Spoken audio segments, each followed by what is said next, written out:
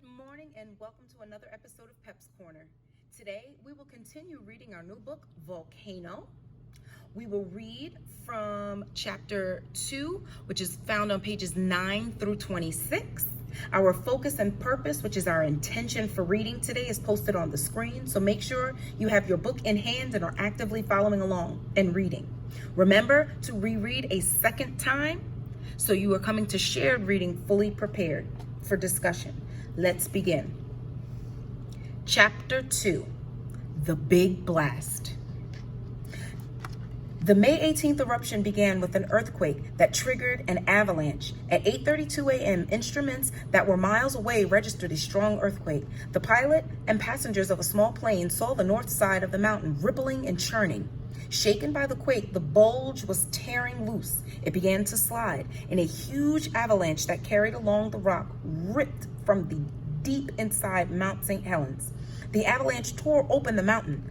A scalding blast shot sideways out of the opening. It was a blast of steam from water heated by rising magma. Normally, water cannot be heated beyond its boiling point, which is 212 degrees Fahrenheit at sea level. At boiling point, water turns to a gas, which we call steam. But if water is kept under pressure, it can be heated far beyond its boiling point and still stay liquid. That is how a pressure cooker works. If the pressure is removed, this superheated water suddenly turns or flashes to steam. As steam, it takes up much more room. It expands. The sudden change in steam can cause an explosion. Before the eruption of Mount St. Helens was like a giant pressure cooker. The rock inside it held superheated water. The water stayed liquid because it was under great pressure, sealed in the mountain. When the mountain was torn open, the pressure was suddenly relieved. The superheated water flashed to steam, expanding violently. It shattered rock inside the mountain and exploded out of the opening, traveling at speeds of up to 200 miles an hour. The blast flattened whole forests of 180-foot-high firs. It snapped off or uprooted the trees, scattering the trunks as if they were straws. At first, this damage was puzzling.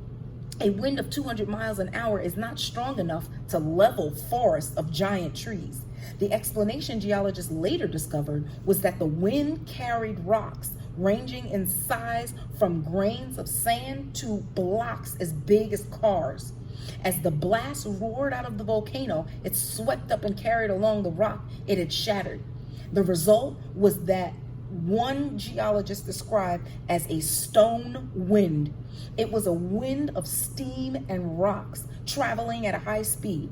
The rocks gave the blast its great force. Before it, trees snapped and fell. Their stumps looked like as if they had been sandblasted. The wind of stone rushed on. It stripped bark and branches from trees and uprooted them, leveling 150 square miles of countryside. At the edge of this area, other trees were left standing, but the heat of the blast scorched and killed them. The stone wind was traveling as fast as it overtook the past avalanche. On its path was the Spirit Lake, one of the most beautiful lakes in the Cascades. The blast stripped the forest from the slopes surrounding the lake and moved on. Meanwhile, the avalanche had hit a ridge and split. One part of it poured into Spirit Lake, adding a 180-foot layer of rock and dirt to the bottom of the lake. The slide of the avalanche into the lake forced the water out. The water sloshed up to the slopes, then fell back into the lake. With it came thousands of trees felled by the blast. The main part of the avalanche swept down the valley of the North Fork of the Toutle River. There in the valley, most of the avalanche slowed and stopped. It covered 24 square miles and averaged 150 feet thick. The blast itself continued for 10 to 15 minutes, then stopped. Minutes later, Mount St. Helens began to erupt upwards. A dark column of ash and ground up rock rolls miles and miles into the sky. Winds blew the ash eastward. Lightning flashed in the ash cloud and started forest fires. And Yakima Washington, some 80 miles away, the sky turned so dark that street lights went on at noon. Ash fell like snow that would not melt. This eruption continued for 9 hours. Shortly after noon, the color of the ash column changed. It became lighter, a sign that the volcano was now throwing out mostly new magma. Until then, much of the ash had been made of old rock. At the same time the volcano began giving off huge flows of pumice and ash, the material was very hot. With temperatures of about 1,000 degrees Fahrenheit, it traveled down the mountain at speeds of 100 miles an hour. The flows went on until 5:30 in the afternoon. They formed a wedge-shaped plain of pumice on the side of the mountain. 2 weeks later, temperatures in the pumice were still 780 degrees. Finally, there were mud flows, which started when heat from the blast melted ice and snow on the mountaintop. The water mixed with ash, pumice, and ground up rock and dirt and rocks of the avalanche. The result was a thick mixture that was like wet concrete, a mud flow. The mud flows traveled fast, scouring the landscape and sweeping down the slopes into the river valleys. Together, their speed and thickness did great damage. The largest mud flows was made of avalanche material from the valley of the North Fork of the Toutle River. It churned down the river valley, tearing out steel bridges, ripping houses apart, picking up boulders and trucks and carrying them along. Miles away, it choked the Cowlitz River and blocked shipping channels in the Columbia River. When the sun rose on May 19th, it showed a greatly changed St. Helens. The mountain was 1,300 feet shorter than it had been the morning before. Most of the top had slid down the mountain in the avalanche. The rest had erupted out as shattered rock. Geologists later figured that the volcano had lost 3/4 of cubic mile of old rock.